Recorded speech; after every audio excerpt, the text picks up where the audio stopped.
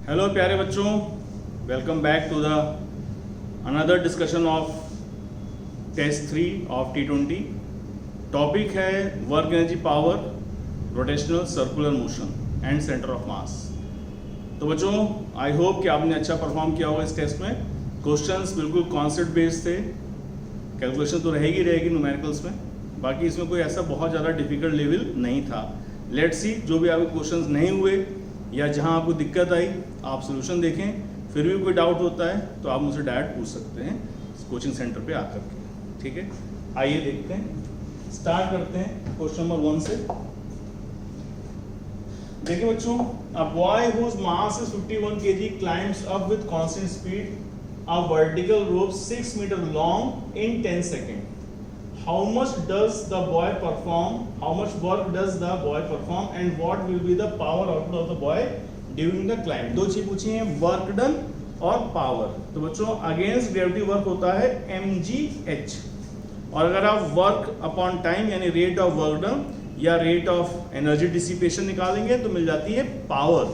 तो बहुत simple question, क्या करेंगे हम पहले वर्क निकालेंगे। W is equal to mgh, mass is 51 kg, gravity given है 10 और हाइट कितनी दी गई है 6 metre.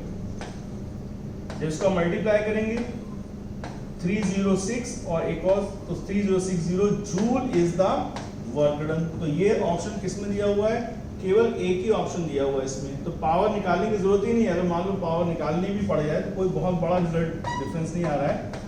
Rate of work done dW/dt है, W/t करोगे 10 से डिवाइड किया बच्चों 3060 बाय 10, तो रिजल्ट आ गया 306 watt. So the correct answer is C. तो मुझे नहीं लगता कि किसी का भी ये क्वेश्चन गलत हुआ होगा, और अगर गलत हुआ है तो बेटा सोचने वाली बात है। ये तो बहुत ही सिंपल था, against gravity mgh, work done और divide by time is the power. चलते हैं सेकेंड क्वेश्चन पे।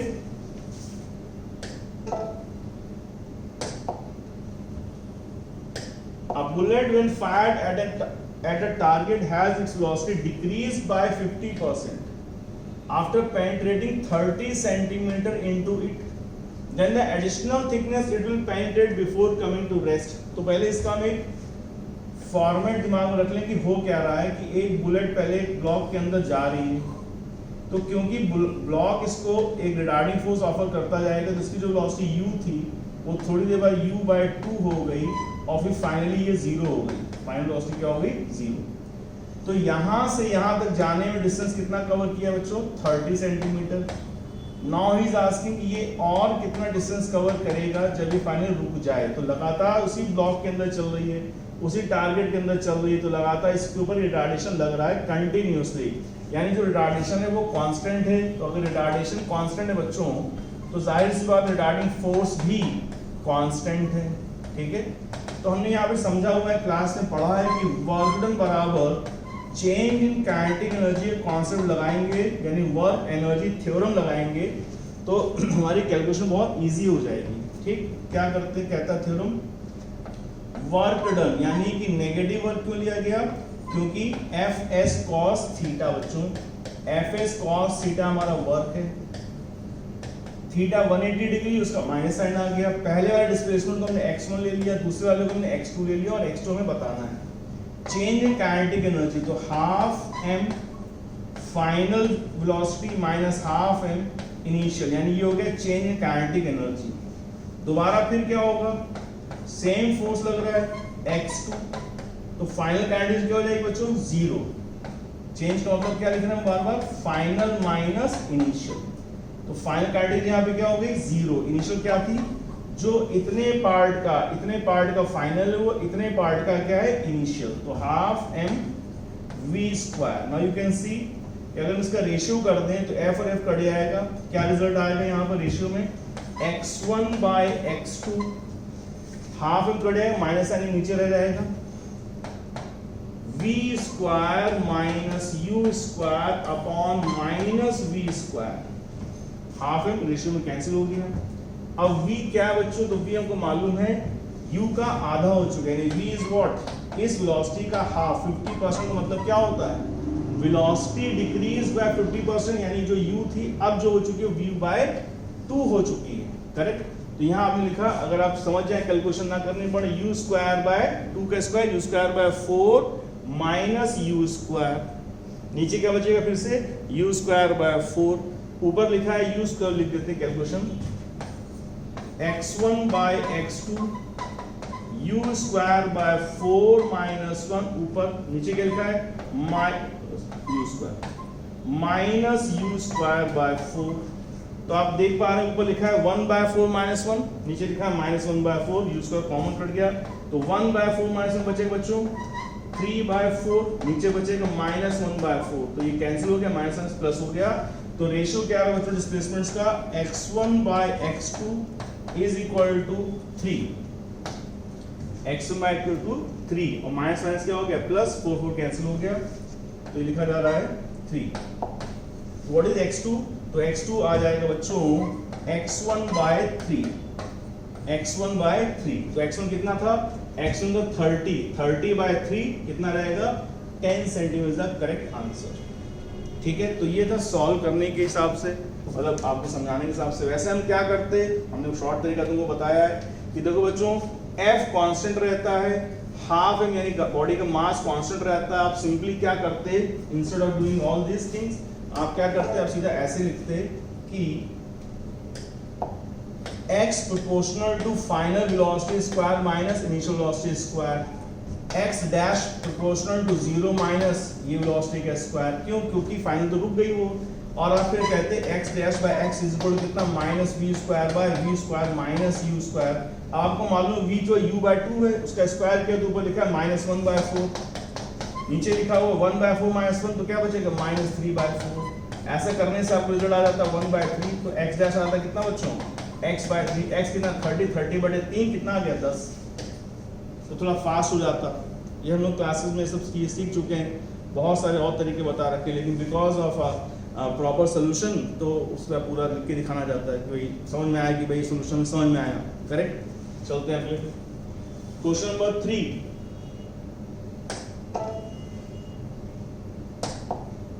Uniform chain has a mass m and length l. It is held on a frictionless table with 1/6 of its length hanging over the edge. The burden just pulling the hanging part back to the table. Correct. तो देखो बच्चों इसमें क्या कहा जा रहा है, इसको आप एक जनरल फॉर्मूला याद कर लेंगे तो बहुत ज्यादा मेहनत नहीं करनी पड़ेगी। सपोज करो ये लेंथ हैंग कर रही है, ये लेंथ पूरी लेंथ का एंड पार्ट है, यानी it can be half of the total length, 1/6, 1/4, 1/3 कुछ भी हो सकता है। Let it be n times of the total length. Capital क्या है बच्चों, टोटल लेंथ है, उसका l स्मॉल l पार्ट जो n गुना है वो हैंग कर रहा है। अब वर्क में कॉन्सेप्ट ये है कि जब उसको आप ऊपर खींचते हैं बच्चों तो हम इसका लेते हैं सेंटर ऑफ मास, यानी किस पार्ट का, उतने पार्ट का जो नीचे हैंग कर रहा है उसका मास स्मॉल m है, mass of hanging part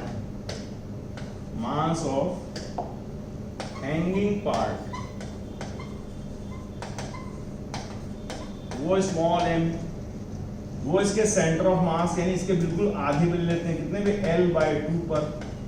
जब इसको पुल करते हैं तो वर्क अगेंस्ट ग्रेविटी कितना, केवल इसको एज अ पॉइंट मास से ट्रीट करेंगे तो कितना हाइट ऊपर चला गया, केवल l/2 हाइट।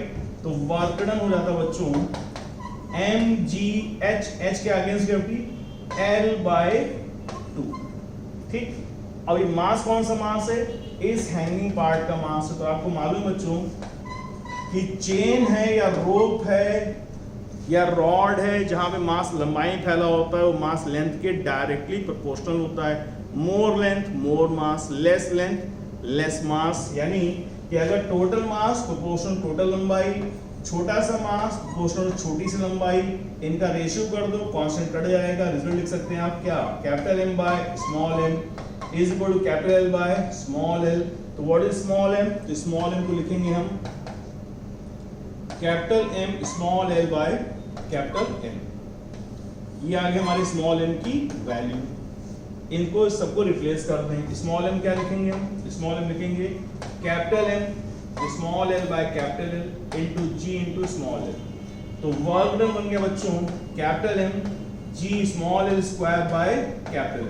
अब फाइनली स्मॉल एल को क्या लिख दोगे, ये n गुना है टोटल लंबाई का, तो अब आपका बन जाएगा जनरल फॉर्मूला जिसको आप याद कर लेंगे। तो क्या लिखा है, capital M G small L का स्क्वायर मतलब n square capital L square by capital L, तो ये एक एल और ये कैंसिल हो गए, तो फाइनली आपका रिजल्ट क्या आ गया बच्चों 1/2 भी था, सॉरी ये 1/2 चल रहा है,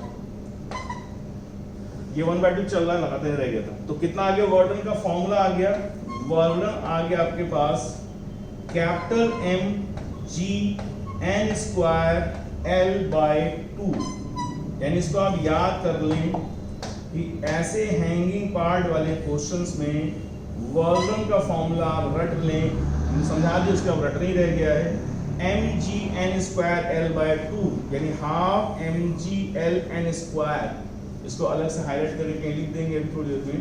अब आप बताएं कि आपको n क्या दिया गया है, आपको n दिया गया है 1/6 यानी कि पूरी लंबाई का 1/6वां पार्ट हैंग कर रहा है, यानी यहाँ पर n हमें दिया गया है, n दिया गया है 1/6 ऑफ इट्स लेंथ। तो n जब आप 1/6 लिखेंगे बच्चों तो वर्क डन का फॉर्मूला आ जाएगा m g कैपिटल बाय 2, तो ये हो गया, और n स्क्वायर कितना 1/6, तो 1/6 6 का स्क्वायर हो गया 36, 36 दूनी 72, 30 into 72, यानी आपका वर्क डन का रिजल्ट आ गया mgl/72। This is your correct answer. अब आप ऐसे ही अलग अलग क्वेश्चंस को आप टैकल कर सकते हैं। कई बोला जाएगा 1/3 पार्ट हैंग कर रहा है, तो n स्क्वायर 1/3 लिखेंगे, तो क्या हो जाएगा 1/9, 9 2 18। ज्यादातर कॉमन क्वेश्चन ऐसे रहते हैं, हाफ पार्ट हैंग कर रहा है तो n हो जाएगा 1/2, 1/2 का स्क्वायर 1/4, तो 4 दूनी 8 हो जाएगा, एंड सो ऑन। याद रखें बच्चों, ये जो n होगा क्या ये कभी 1 से ज्यादा हो सकता है? नहीं, क्योंकि मैक्सिमम क्या होगा, पूरी चेन आप लटका दो, पूरी चेन लटका दो तो गिर जाएगी, तो यानी n की वैल्यू हमेशा 1 से कम ही होगी, 1 के बराबर भी नहीं रख सकते, पूरी चेन ऐसे लटका दो तो गिर पड़ेगी। तो n इज आइदर मैक्सिमम, अगर एक्सट्रीम इमेजिन बोले तो 1, लेकिन हमेशा देखो प्रैक्टिकल क्या होगा, n की value is always less than 1, correct. तो n की वैल्यू 1/6, 1/4, 1/3, हाफ वगैरह वगैरह आप इस फॉर्मूले को याद कर लेंगे, mgn स्क्वायर l बाय 2, ठीक। इसको अलग कॉपी में कहीं लिख लें। लटकती चेन को खींचने वाले वर्क का फॉर्मूला आप याद कर लें, mgl square by 2।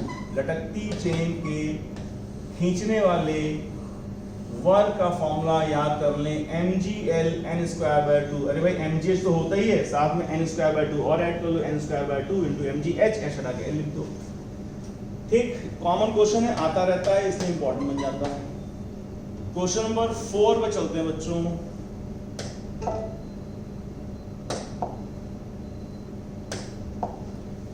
Potential energy of 1 kg particle free to move along x axis is given by x square by 4 minus x square by 2. The total mechanical energy of the particle is 2 joule. Then the maximum speed is, speed maximum कितनी होगी ये पूछा जा रहा है, और potential energy का expression हमें दिया हुआ है। पोटेंशियल एनर्जी x के हिसाब से यहाँ पे वेरी करती हुई दिखाई गई है, तो अब जो पोटेंशियल एनर्जी इसकी दिखाई गई है हम उसी को फॉलो करते चलेंगे, हम अपने हिसाब से नहीं मानेंगे कि अंडर ग्रेविटी है क्या है, जो भी है, जो भी सिस्टम बना है, जो गिवन पोटेंशियल एनर्जी उसको फॉलो करो। तो आप जानते हैं बच्चों, पूछा जा रहा है मैक्सिमम स्पीड, तो मैक्सिमम स्पीड कब होगी, स्पीड मैक्सिमम कब होगी, जब काइनेटिक एनर्जी मैक्सिमम हो। अब बताओ काइनेटिक एनर्जी मैक्सिमम कब होगी, काइनेटिक एनर्जी मैक्सिमम तब होगी जब पोटेंशियल एनर्जी यस मिनिमम हो, ठीक। पोटेंशियल एनर्जी क्या हो, मिनिमम हो। अब आप ये आप नहीं सोचेंगे कि पोटेंशियल मिनिमम तो 0 होनी चाहिए, इट मे बी बिलो 0 हो सकता है, पोटेंशियल नेगेटिव हो। नेगेटिव पोटेंशियल एनर्जी कहाँ हो सकती है, कहीं सुना है आपने? पोटेंशियल नेगेटिव इलेक्ट्रिक डायपोल की पोटेंशियल एनर्जी क्या होती है, P cos थीटा। थीटा पे डिपेंड करता है कि पोटेंशियल जो हो सकता है पॉजिटिव हो, नेगेटिव हो, 0, जैसे पूरा formula general formula minus P cos theta.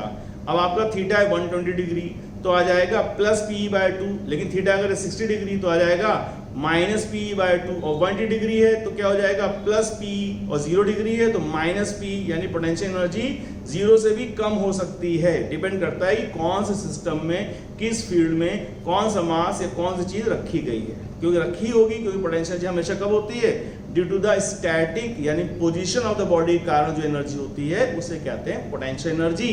Potential energy का मतलब ये ना समझें कि खाली ग्रेविटेशन mgh दिमाग में आता है ना।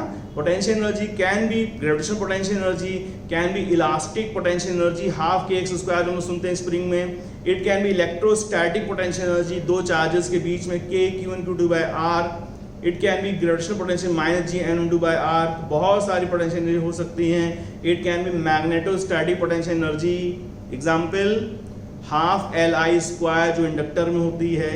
तो पोटेंशियल एनर्जी के कई फॉर्म्स हो सकते हैं। आइए क्वेश्चन में दिए गए पोटेंशियल एनर्जी को देखा जाए बच्चों।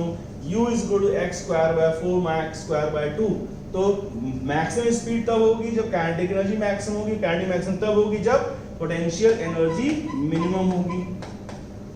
तो आप पता करते हैं कि मिनिमम पोटेंशियल कब है, तो पहले हम निकालें इसकी पोटेंशियल एनर्जी मिनिमम। तो U मिनिमम तब होगी बच्चों, या जब पोटेंशियल मिनिमम होगी तो इसका du बाई dx क्या हो जाएगा, 0। याद रखें, this is the condition for maxima and minima. जब कुछ अपने अधिकतम पहुंच जाती है तो बदलना बंद कर देती है, जब अपने न्यूनतम पहुंच जाती है तो भी बदलना बंद कर देती है। जब इससे नीचे नहीं जा सकते तो चेंज कितना हो जाएगा, 0। इसके ऊपर नहीं जा सकते तो चेंज कितना हो जाएगा, 0। अल्टीमेट पोजीशन पे पहुंच जाता है मैक्सिमम या मिनिमम, तो उसके बाद उसमें परिवर्तन डेल्टा U क्या होता है, 0। तो this is called as condition for maxima and minima. तो U मिनिमम है तो du by dx क्या होगा, 0। तो लेट अस डिफरेंशिएट इट। तो डिफरेंशिएट करो, तो du by dx करोगे, अगर आप समझ जाओ यहाँ से तो 1/4 बाहर आ गया, x की पावर 4 का x के हिसाब से डिफरेंशिएट हो जाएगा बच्चों 4x क्यूब। 1/2 बाहर आ गया, x स्क्वायर का डिफरेंस हो जाएगा 2x, और ये हो जाएगा किसके बराबर, 0। यानी जब ऐसा होगा तो पोटेंशियल मिनिमम होगी। अब इसको देखें हम, 4 कैंसिल हो गया, 2 कैंसिल हो गया, क्या लिखा हुआ है, x cube is equal to x, यानी x cube is equal to x, यानी x square is equal to 1, यानी x कितना हो गया, 1। यानी x बराबर 1 पर पोटेंशियल एनर्जी मिनिमम है, x इक्वल टू 1 में पोटेंशियल एनर्जी मिनिमम है। तो लॉ देखें, चेक करें कि वो मिनिमम एनर्जी है कितनी। तो मिनिमम एनर्जी, मिनिमम पोटेंशियल निकालने के लिए बच्चों हमने क्या किया, जहां जहां x लिखा है वहां वहां क्या लिखते हैं, 1 लिख दें, क्योंकि हमने मैक्सिमम मिनिमम कंडीशन लगा के चेक करा कि पोटेंशियल मिनिमम किस पोजीशन पर है, वो पोजीशन निकल के आई 1।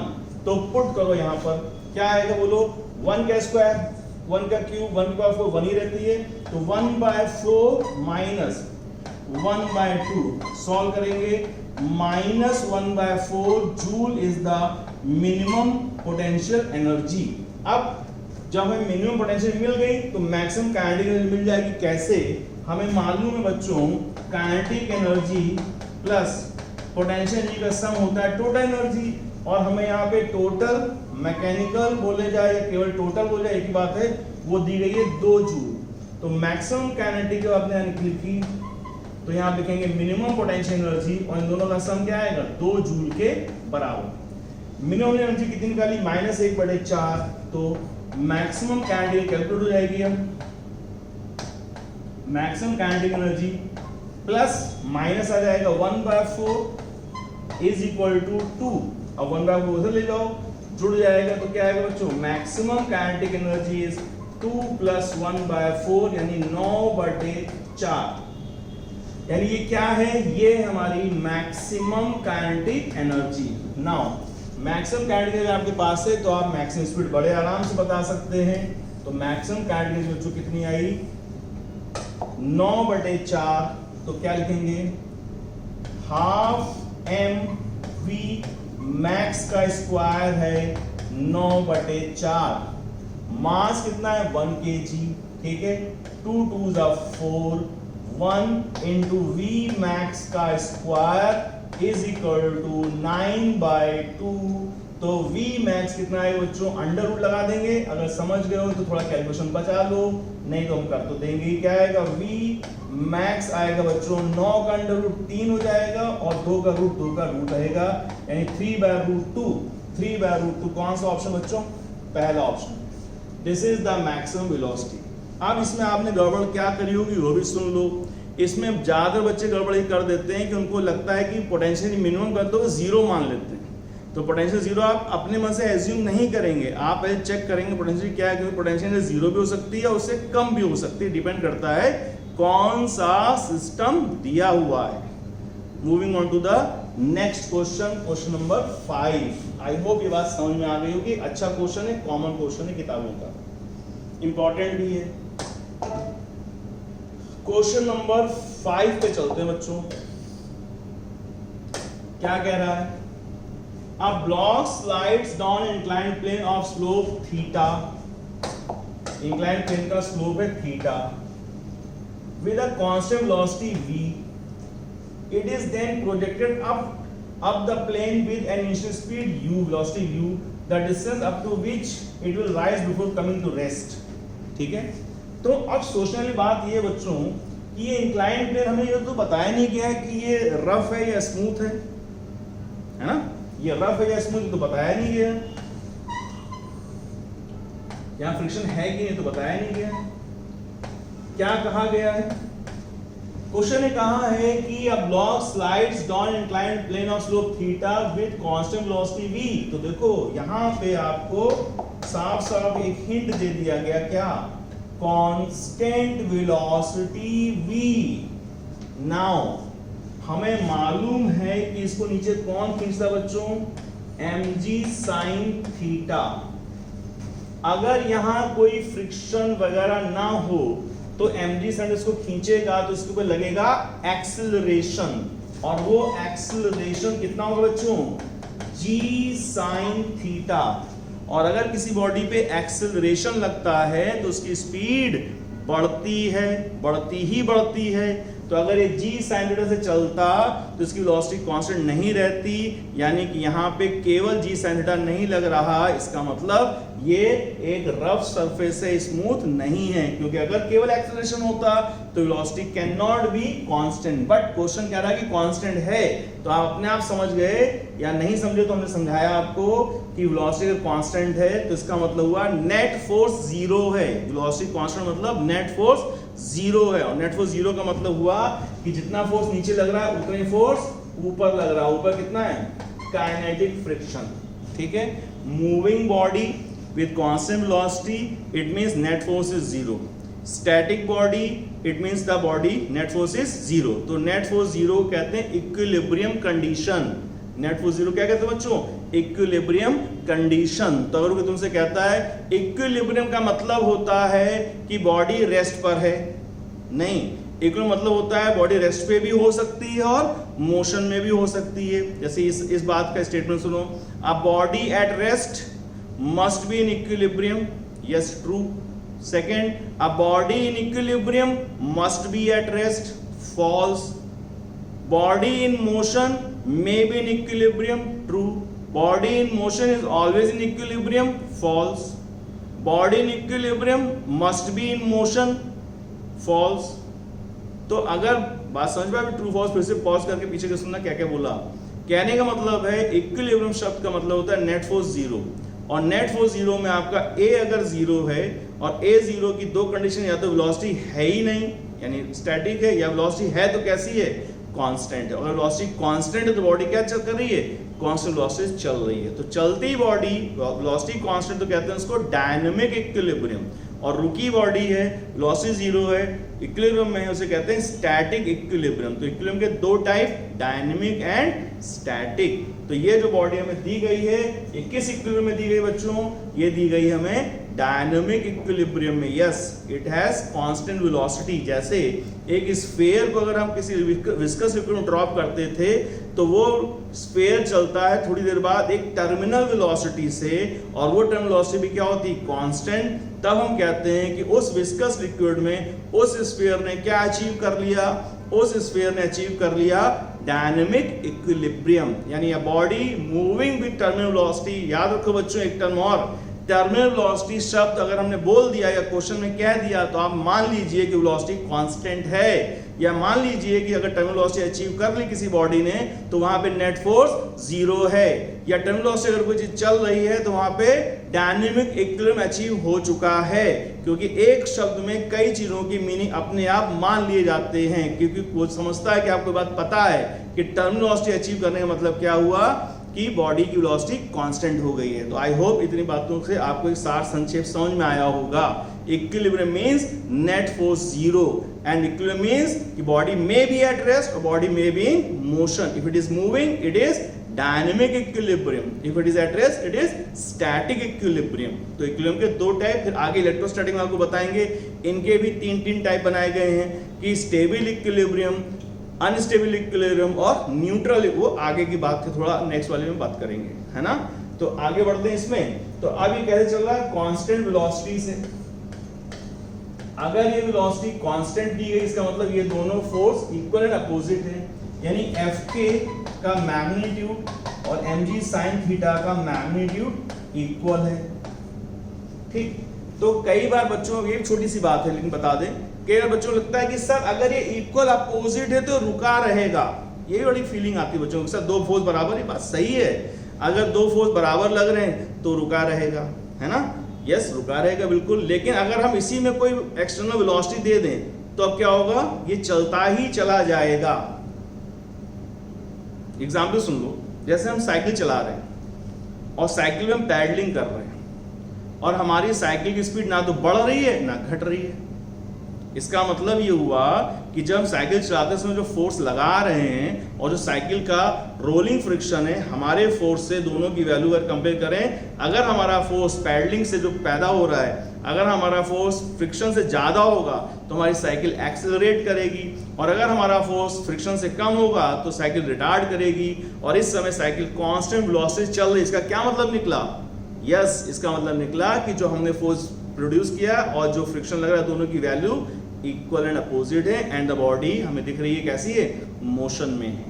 ठीक, और इसमें क्या कनेक्ट हो रहा है, इसमें कनेक्ट हो रहा है Newton's first law of motion. A body in state of rest और in state of motion remain in its existing state unless and until some external force applied. यानी अगर वेलोसिटी कांस्टेंट चला जा रहा है तो चलता ही चला जाए जब तक कोई और बाहर से आके ना रोके, क्योंकि इस समय इसका नेट फोर्स क्या है बच्चों, 0। तो आई होप इतनी बात तुम्हें समझ में आ गई होगी, क्योंकि लास्ट चल रहा है तो हम सोचते हैं कि एक चीज में कई सारी चीजें आपको डिलीवर कर सकें। ठीक है, आइए देखते हैं। तो यहाँ पे दोनों का मैग्नीट्यूड इक्वल एंड अपोजिट है, ये बात पता चली इस स्टेटमेंट से। उसके बाद क्या कह रहा है क्वेश्चन, उसके बाद कह रहा है कि अब इस ब्लॉक को आपने एक वेलोसिटी दे दी ऊपर की तरफ, तो ये ब्लॉक u स्पीड से, ये हो गया सेकंड केस। अब जब ये ऊपर तक जाएगा तो कहा जाए कितने डिस्टेंस बाद जाएगा, रुक जाएगा। तो बहुत सिंपल सी बात है कि जब ऊपर की तरफ वेलोसिटी दी तो हमने इक्वेशन लगा ली v स्क्वायर इज इक्वल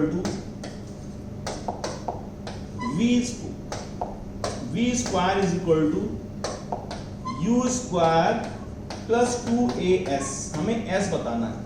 तो जब रुक जाएगा तो फाइनल वेलोसिटी क्या होगी, 0। u स्क्वायर तो u स्क्वायर, अब ऊपर जा रहा है तो डायरेक्शन लगेगा कौन कौन सा, एक लगेगा वही आपका mg sin थीटा, और अब फ्रिक्शन कहाँ लगेगा, नीचे की तरफ, क्योंकि मोशन फोर्स धक्का ऊपर दिया गया तो फ्रिक्शन लग रहा है नीचे, काइनेटिक फ्रिक्शन F के। तो अब यहाँ पे दो फोर्स लग रहे हैं और दो फोर्स की वजह से जो रिटार्डेशन अब पैदा हो रहा है नाउ, अब जो रिटार्डेशन पैदा हो रहा है कितना होगा बच्चों, g sin theta plus Fk by m। ये क्या किया हमने, ये फोर्स है, जब मास से डिवाइड करोगे तो बनेगा रिटार्डेशन या एक्सेलरेशन। तो g sin theta upon m बचा g sin theta, mg sin m cut गया और Fk बाय m कर दिया। अब हमें बताना क्या है, हमें बताना है कि what is the distance covered by the body when it comes to rest. ठीक है, तो हम इसको और थोड़ा छोटा करके ऐसे लिख सकते हैं कि जो नेट रिटार्डिंग फोर्स लग रहा है थोड़ा और छोटा हो जाएगा, उससे कैलकुलेशन थोड़ी सिंपल दिखाई पड़ेगी कि mg sin थीटा और फ्रिक्शन दोनों अब ऐड हो गए क्योंकि दोनों एक ही डायरेक्शन लग रहे हैं। और पहली कंडीशन हमको मालूम बच्चों की जो काइनेटिक फ्रिक्शंस की वैल्यू mg sin थीटा की एग्जैक्टली बराबर है, तो मैग्नीट्यूड बराबर है, तो क्या हम यहाँ पे mg sin थीटा लिख सकते हैं, यस लिख सकते हैं। तो नेट फोर्स जो इसको रिटार्ड कर रहा है कितना है, mg sin theta plus mg sin theta, यानी कितना 2mg sin थीटा। तो रिटार्डेशन कितना आएगा, इसको मास से डिवाइड किया, तो अब रिटार्डेशन क्या लिखेंगे बच्चों, 2 और नेगेटिव लगाएंगे तो रिटार्डेशन है 2 इनटू क्या लिखेंगे यहाँ पे 2g sin theta into s। इसको इधर ले जाएंगे, क्या लिखा हुआ बच्चों 4g sin theta into s is equal to u square, what is the distance covered, u square by 4g sin theta. ये आ गया आपका distance covered u square by 4g sin theta. A option आपका सही है। पहले part से हमको condition पता चली कि दोनों का मैग्नीट्यूड इक्वल अपोजिट है, और दूसरे पार्ट में हमने उन दोनों को ऐड करके डायरेक्शन निकाल लिया, डायरेक्शन यहाँ पुट कर दिया और आपको आंसर मिल गया। Correct. Moving on to the question number 6।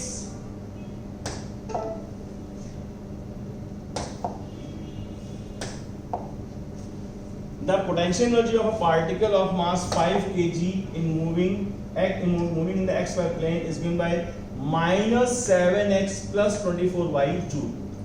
xy being in meter. Initially at t बराबर 0, the particle is at the origin and moving velocity 2y plus 3j meter per second.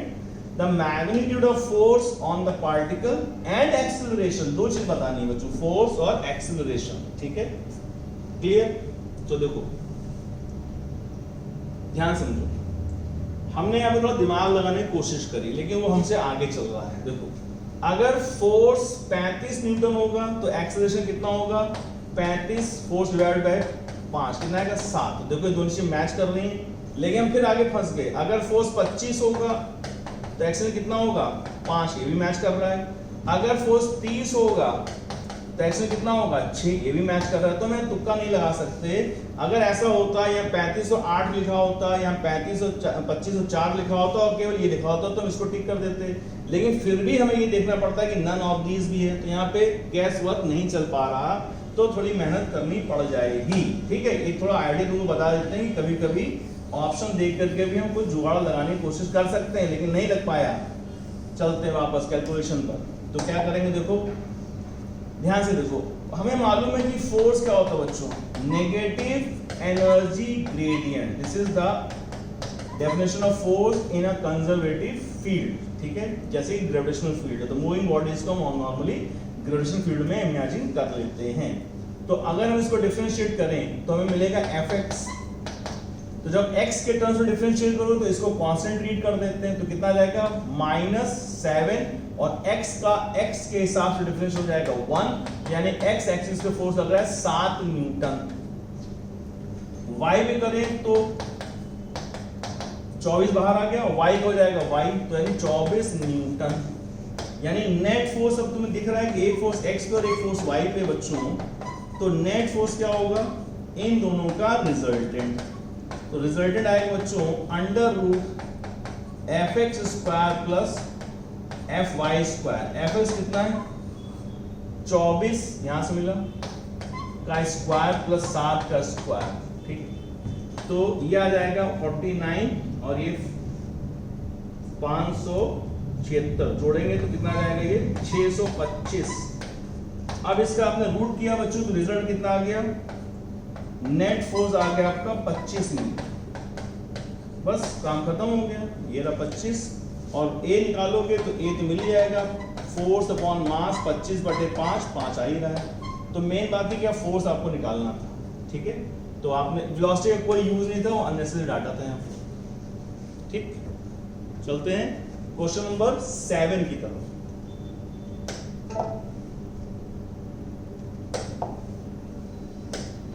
Force of 4 Newton is applied on a body mass 20 kg. The work done in third second is, ठीक है, third second particular third second पूछना चाह रहा है, कोई बात नहीं, पहले a निकाल लो बच्चों। a कितना है F/m कितना है 4/20, यानी 1/5 मीटर पर सेकंड स्क्वायर का एक्सेलरेशन है। तो बोलो बच्चों एस nth क्या है, nth सेकंड की इक्वेशन क्या है, nth सेकंड यानी n सेकंड, एक पर्टिकुलर 1 सेकंड का डिस्प्लेसमेंट अगर हमें निकालना होता है तो एक पर्टिकुलर इक्वेशन यूज करते हैं, that is u plus a/2 bracket 2n minus 1। अब यहाँ पे कुछ नहीं कहा जा रहा है तो इसको u को 0 एज्यूम कर लें, तो कह देंगे 0 प्लस a कितना है 1/5 इंटू 2 2 इंटू कौन सा पर्टिकुलर सेकंड, थर्ड, 3 माइनस 1 तो कितना हो गया बच्चों 1/10, 6 माइनस 1 हो गया कितना 5, तो 1/2 metre is the distance covered in that particular third second. तो वर्क डन हमारे पास आ जाएगा F S cos theta, F कितना दिया गया है 4 न्यूटन, थर्ड सेकंड डिस्प्लेसमेंट कितना है 1/2, और कुछ नहीं किया तो फोर्स को एक्सेलरेट करा रहा हो, रिटार्डेशन बोला जाता है, तो cos 0 1 हो गया, कितना रहेगा 2 न्यूटन का वर्क डन आ जाएगा बच्चों, 2 जूल का सॉरी वर्क डन आ जाएगा आपका थर्ड सेकंड में, ए ऑप्शन इज करेक्ट। ठीक, very very simple question, 2 line का था। क्वेश्चन नंबर 8 पे चलते हैं।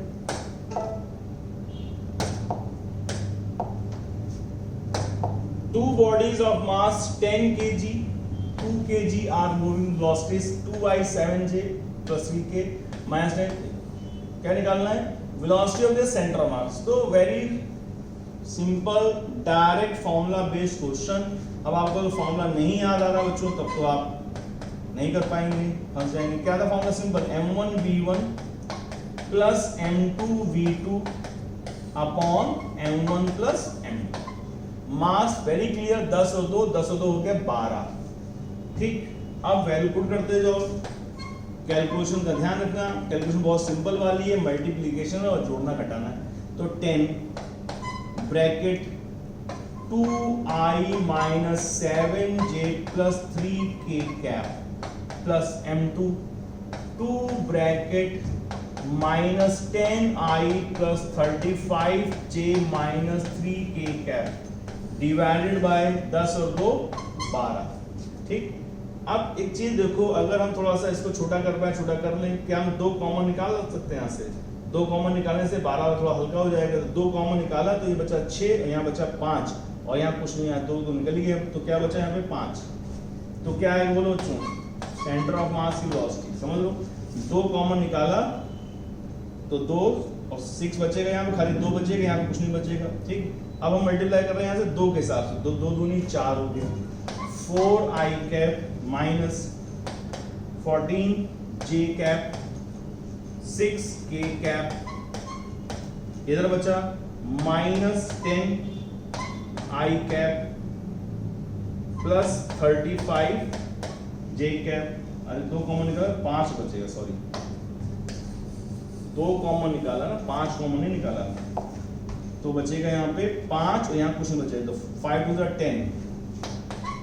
10i cap minus 35j cap plus 15k cap, और ये एज इट इज लिख देंगे minus 10i cap plus 35j minus 3k cap, और अपॉन में कौन लिखा हुआ 6। ऊपर के नंबर देखो बच्चों, plus 10i minus 10i minus 35 plus 35, क्या बचा 15k माइनस 3k, कितना बचेगा 15 minus 3 12k cap divide by 6, 6 दूनी 12, कितना आ गया बच्चों 2k कैप मीटर पर second is the velocity of their centre of मास। ये ऑप्शन टिक कर देंगे। यहाँ से हमने 2 कॉमन निकाला बच्चों, तो बचेगा यहाँ 5, यहाँ कुछ नहीं बचेगा, और यहाँ 12, तो 2 6 12 6 बचेगा, ये कैलकुलेशन। तो फिर 5 यहाँ मल्टीप्लाई होगा और यहाँ कुछ नहीं होगा, नंबर सिंपल आ गए, कैंसिल हो गए। Clear, that formula based question. Question number 10, अब ये किसी गलत हो गया तो भाई देखो कहाँ गड़बड़ हुई। क्वेश्चन नंबर 9, सॉरी 8 के बाद 9। क्वेश्चन नंबर 9 देखो, a body of mass m slides down inclined and reaches the bottom with a velocity v. If the same mass was in the form of a ring which rolls down this incline, the velocity of the ring at the bottom would have been। यानी कि पहले वो slide करवा रहा है एक मास बना करके, बॉडी ब्लॉक बना के, पॉइंट बॉडी बना करके, फिर उसकी रिंग बनवा के उसको रोल करवा रहा है। रिंग का मतलब है कि रोल करके जाए, तो अब उसकी स्पीड नीचे आने पे क्या होगी। तो देखो बच्चों समझो, a body mass of slide on incline and reaches the bottom with velocity v।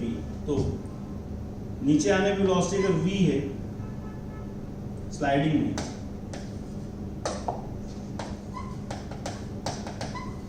v sliding का फॉर्मूला तो बच्चों √2gh, और v रोलिंग का फॉर्मूला बच्चों ने जो पढ़ा हुआ है, याद किया है, डेराइव करके याद किया है, 2gh अपॉन बीटा। और बीटा क्या था, एक नंबर था 1 प्लस आई अपॉन एम आर स्क्वायर। अब आई क्या है, डिपेंड करता है बॉडी का शेप क्या, रिंग है, डिस्क है, स्फीयर है, हॉलो स्फीयर क्या है। फिर इस बीटा के लिए हमने आपको एक शॉर्ट तरीका बताया था, बीटा आप याद रखें 1 प्लस नंबर, बहुत आसान हो जाता है उससे, कोई एम आर स्क्वायर सब लिखना काटना ये सब नहीं करना पड़ता। अब नंबर क्या चीज़ है बच्चों, तो आपको मालूम है कि कोई भी मोमेंटम इनर्शिया आप लिखेंगे आई बराबर लिखते हैं क्या, एम आर स्क्वायर रिंग के लिए, डिस्क के लिए क्या लिखते हैं half M R square, M R square by 2। फिर आप लिखते हैं हॉलो स्फीयर तो लिखते हैं 2/3 एम आर स्क्वायर। फिर लिखते हैं सॉलिड स्फीयर तो क्या हो गया 2/5 एम आर स्क्वायर। समझते जाओ। तो देखो एम आर स्क्वायर तो बोलना ही बोलना है, इसके आगे क्या लिखा है 1, तो ये इसका नंबर हो गया 1, इसका नंबर हो गया हाफ, इसका नंबर हो गया 2/3, इसका नंबर हो गया 2/5, तो इसको हम बोलते हैं नंबर। क्या बोलते हैं, नंबर। आप याद रखें, तो आपको ये सब कैलकुलेशन नहीं करनी पड़ेगी, जो नॉर्मल तरीके लोगों को बताया जाता है वो बहुत लेंथी होता है, हम लोग का बहुत छोटा तरीका है, क्लास में उसको ऐसे उड़ाते चले जाते हैं, ठीक है। और देखें बीटा क्या है 1 प्लस नंबर, और रिंग है, रिंग का नंबर कितना था एम आर स्क्वायर यानी 1, तो बीटा कितना है 1 + 1 2, तो यानी कि रोलिंग के बाद जो वेलोसिटी आएगी रिंग की वो कितनी आएगी, v sliding √2gh, v rolling √2gh upon beta, beta कितना 1 प्लस नंबर यानी 1 + 1 2, 2 कैंसिल हो गए, तो v rolling by v sliding क्या लिखा है √gh upon √2gh, g cut के क्या बचा 1/√2, तो v रोलिंग कितना होगा बच्चों, स्लाइडिंग बाय √2, स्लाइडिंग स्पीड दी गई v, तो v/√2, ये आपका आंसर आ गया। कौन सा ऑप्शन है, सी ऑप्शन, ठीक है। बीटा याद रखेंगे, it is a number, it is a constant, depends only on the shape of the body not on it's size, ठीक है, क्योंकि अल्टीमेटली हम क्या बोले उसको 1 प्लस नंबर, जैसे कहा जाए रिंग का क्या है 1 + 1 2, डिस्क का क्या है 1 + ½ है 3/2 एंड सो ऑन। तो जो मोमेंट के आगे जो वैल्यू लिखी constant half 1 2/5 2/3 that is called as a number. I hope ये बात आपको याद हो जाएगी, तो चीज़ें बहुत आसान हो जाती हैं, ठीक। चलते हैं नेक्स्ट क्वेश्चन पर, क्वेश्चन नंबर 10 पर।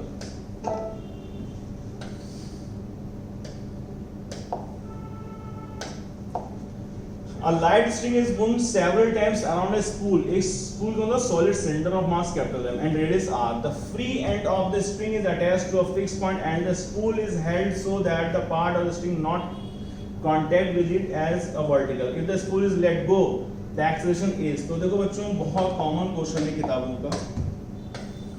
ये एक सॉलिड सिलेंडर और इसके चारों तरफ एक स्प्रिंग को लपेट दिया गया है,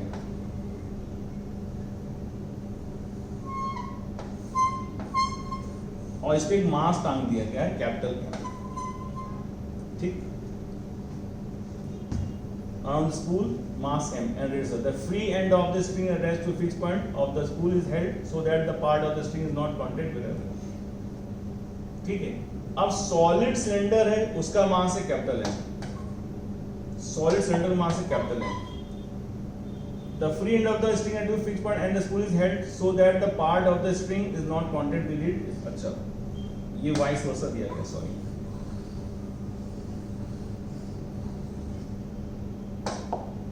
This is like this.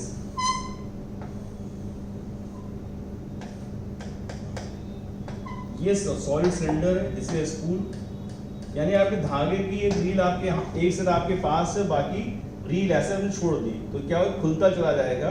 जब खुलता चला जा रहा है तो इसका एक्सेलरेशन बताना है, ठीक है। तो इससे बच्चों कई तरीके से क्वेश्चन सॉल्व कराया जाता है।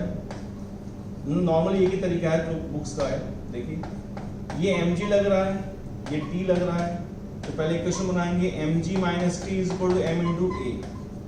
इस पूरे रिजल्ट को आप मल्टीप्लाई करते हैं r से, फिर यहाँ पे टॉर्क बनता है, टॉर्क के ऊपर i अल्फा लिखते हैं, फिर अल्फा को AT/r लिखते हैं, बहुत लंबे चौड़े स्टेप्स होते हैं, उसका आंसर आ जाता है। हर किताब में इसका आपको सोल्यूशन यही मिलेगा, ऑलमोस्ट सब लोग ऐसे ही बताएंगे। मैं आपको एक सिंपल तरीका बता रहा हूँ, आप याद कर लें, बहुत जल्दी आपका आंसर आएगा इन अ सिंगल लाइन। देखिए क्या है, एक्सेलरेशन जब आपको निकालना है तो सीधा रखो इसको, वेट कितना है mg, और अगर ये बॉडी सीधे सीधे फ्री फॉल कर रही थी, घूमती हुई ना जा रही होती तो लिख देते mg/m, तो आंसर आता है a = g। अगर सीधे जा रही होती, घूम ना हो, किसी बॉडी को छोड़ दिया तो फ्री फॉल में a बराबर क्या होता है, g होता है। But it is rolling due to the spring tide, जो टाइट स्प्रिंग उसके अंदर रोल करी, तो रोलिंग मोशन जो इसके अंदर, रोलिंग मतलब घूमते हुए जो नीचे जाना हो रहा है, तो घूमते हुए नीचे जाने की वजह से आपको क्या करना है बच्चों, इस मास में इसका रोटेशन इफेक्ट जोड़ने के लिए आप क्या करेंगे, अगर सॉलिड स्फीयर है तो इसका m/2 और जोड़ दें, अगर रिंग है तो केवल m जोड़ दें, अगर सॉलिड स्फीयर है तो 2/5 m जोड़ दें एंड सो ऑन, यानी r² के अलावा जो बचता है मोमेंट का वो जोड़ दें। तो आपका रिजल्ट कितना आ गया, mg अपॉन क्या लिखेंगे 2m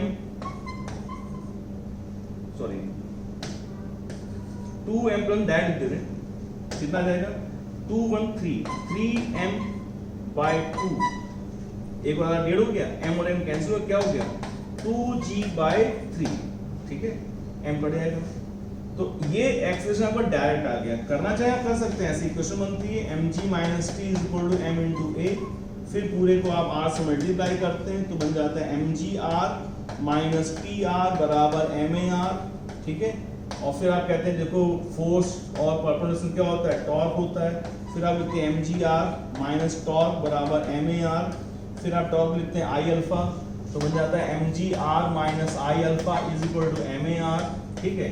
फिर आप अल्फा लिखते हैं a/r, यहाँ रिप्लेस करेंगे, फाइनली फिर इसको ले जाएंगे i के लास्ट में रिप्लेस करेंगे mr²/2 और उससे फिर आपका a रिजल्ट मिलेगा। देखो कितने सारे स्टेप आपको करने पड़ जाएंगे, कितने सारे step versus single step, mg/m + m/2, ये लीजिए आपका आंसर आ गया। ना कोई क्वेश्चन बनाइए ना कुछ करना है, ठीक है। अब क्योंकि ये डिस्कशन है तो इसमें बहुत ज़्यादा डिटेल में नहीं जा सकते हैं, जब आप क्लास में आएंगे तो आपको और भी इस तरह कई सारे जादू दिखाएंगे, बहुत सारे क्वेश्चंस के बहुत लंबे तरीके हैं जो लोग बताते हैं, यूट्यूब पे ही पढ़ाते रहते हैं, लंबा गाते रहते हैं, उनको हम ऐसे चुटकियों में सॉल्व कर सकते हैं विद लॉजिक, ये नहीं कि रटा दिया, with logic and with step by step आपको ट्रिक्स सिखा देते हैं। उसके बाद आपको उसका पीछे डिटेल भी पता होता है और आपको शॉर्ट तरीका भी पता होता है, यानी फुल नॉलेज होती है, उस नॉलेज से आप खेलना सीख जाते हैं, ठीक है। ये नहीं कि खाली रट लिया तो इतना आता है, कोई आगे बच्चे पूछा तो दाएं में कुछ हवा नहीं है, ऐसा नहीं है, full complete knowledge with the short tricks.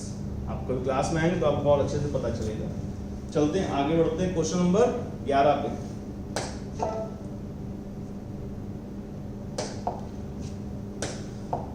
If linear density of a rod 3 meter varies as, lambda बच्चों दिया गया है, लैम्डा थोड़ा ठीक से छपा नहीं, लैम्डा बराबर 2 + x दिया हुआ है, ठीक है। Lambda is linear mass per unit length दिया हुआ है, ठीक है। नाउ क्या करना है आपको, इसका सेंटर ऑफ मास बताना है, तो क्या करते हैं, मैं फार्मूला मालूम है सेंटर ऑफ मास का फॉर द लीनियर बॉडीज या फॉर अ डिस्ट्रीब्यूटेड बॉडीज। तो क्योंकि रॉड है तो खाली x से काम चल जाएगा, तो क्या लिखेंगे m × dx upon integration of dm, dmx sorry integration dm। अब dm क्या लिखेंगे, तो dm लिखेंगे लैम्डा × dx × x, क्योंकि किसी भी छोटे से मास, छोटी सी लंबाई का dx का जो मास होता है बच्चों, वो हम डायरेक्ट क्या लिख देते हैं, 1 यूनिट मास, 1 मीटर का मास लैम्डा है तो 2 मीटर का 2 लैम्डा है, 3 मीटर का 3 लैम्डा है, तो dx मीटर कितना है, लैम्डा × dx। तो जहां dm तो वाले रिप्लेस कर दिया लैम्डा dx × x, और नीचे फिर क्या लिख दिया लैम्डा dx, करेक्ट। क्या इस लैम्डा को हम इंटीग्रेशन बाहर निकाल सकते हैं, नहीं, अगर कांस्टेंट होता तो निकाल लेते, लेकिन कांस्टेंट नहीं है। सर कैसे पता चला कांस्टेंट नहीं है, देखो भाई दिखा दूंगा, 2 + x यानी x वेरिएबल है ना, तो अगर वेरिएबल है तो लैम्डा को इंटीग्रेशन बाहर नहीं निकाल सकते। अगर कहता है कि लैम्डा इज k या इट इज एनी कांस्टेंट, तो क्या करते हैं, लैम्डा को बाहर निकाल के कैंसिल कर देते हैं, पर यहाँ पे ये कांस्टेंट नहीं है, it is a variable linear mass density. तो रिप्लेस करो और फिर सॉल्व करो, ठीक है। तो जगह बनानी पड़ेगी बच्चों, ठीक।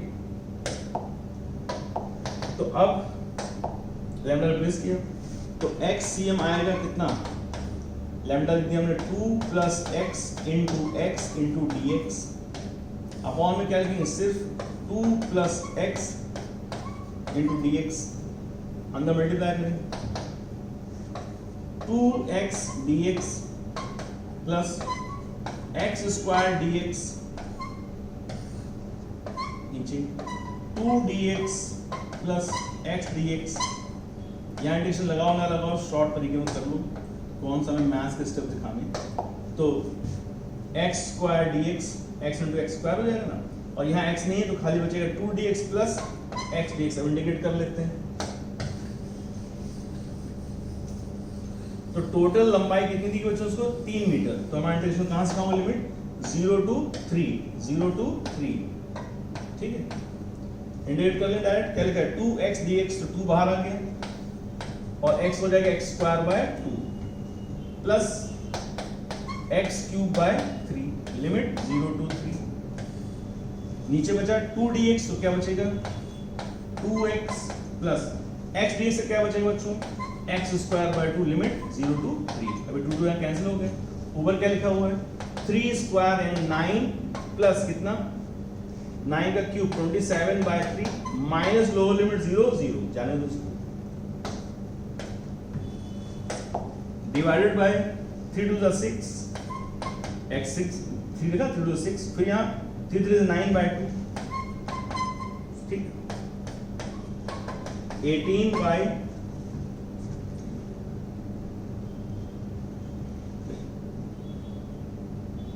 18 प्लस 9 ठीक है, ऊपर चला गया 2 ठीक है। अब इसको सॉल्व कर लेंगे बच्चों, सॉल्व करके आपका रिजल्ट आएगा 12 बाय 7। कर लेंगे सॉल्व, यहाँ से 18 में जोड़ कर काट लेंगे ठीक है। इंटीग्रेशन समझ में आया बच्चों। लैम्डा 2 प्लस एक्स ये कांस्टेंट नहीं है, वेरिएबल, इसको बाहर नहीं निकाल सकते, इसमें पूरा अंदर लिख कर इंटीग्रेट करेंगे रिजल्ट आ जाएगा। और ऐसे क्वेश्चन नीट में आते रहते हैं और पहले भी आ चुके हैं ठीक है।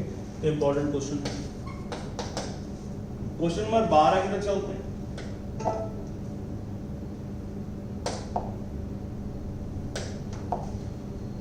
A disk is rotating with angular velocity omega naught. A constant guiding torque is applied on it to stop the disk. Angular velocity become omega naught by 2 after n rotations.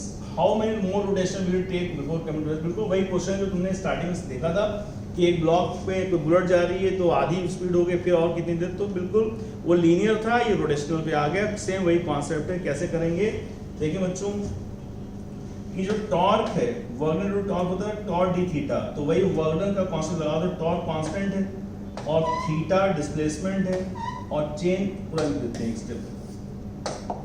Work done due to rotation is equal to change in rotational kinetic energy.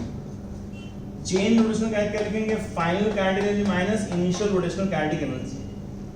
Work done due to torque क्या होता है torque D theta वगैरह वगैरह। तो आपको मालूम same torque लगातार लग रहा है, तो आप वही स्टेप करिए जो आपको मैंने शॉर्ट में समझाया थोड़ी देर पहले कि क्योंकि टॉ थीटा बराबर डेल्टा के लिखा हुआ है, तो हम क्या कहेंगे कि टॉ सेम है और मोमेंट ऑफ इनर्शिया सेम है। रोटेशन काइनेटिक फॉर्मूला होता है बच्चों हाफ आई ओमेगा स्क्वायर। तो हाफ आई कांस्टेंट रहेगा, लगातार क्या बदल रहा है ओमेगा। तो क्या करेंगे आप बच्चों theta proportional to final omega square minus initial omega square ठीक। बाद में क्या हो गया थीटा डैश क्या हो गई रुक गई रेस्ट पे आ गई, और जो ये इनिशियल था ये फाइनल था, उसके बाद क्या हो गया ये जीरो हो गया। इसका फाइनल इसका इनिशियल, तो इसका फाइनल कितना बच्चों 0 माइनस ओमेगा स्क्वायर। फिर से रेशो कर दो थीटा डैश बाय थीटा क्या लिखा है minus omega square upon omega square minus omega naught का स्क्वायर। अब ओमेगा क्या है हाफ हो गया था, जब हाफ लिखोगे तो क्या बन जाएगा minus omega naught square by 4, क्योंकि हाफ का मतलब स्क्वायर किया तो 1/2 का स्क्वायर हो गया। यहाँ क्या लिखा है 1/4 माइनस 1 यानी बचा माइनस 3/4, तो 4 से कट के माइनस माइनस प्लस हो गया ओमेगा नॉट स्क्वायर कट गया। क्या लिखा हुआ थीटा डैश बाय थीटा, इसमें हाफ लिख दिया एन दिया हुआ ना, तो omega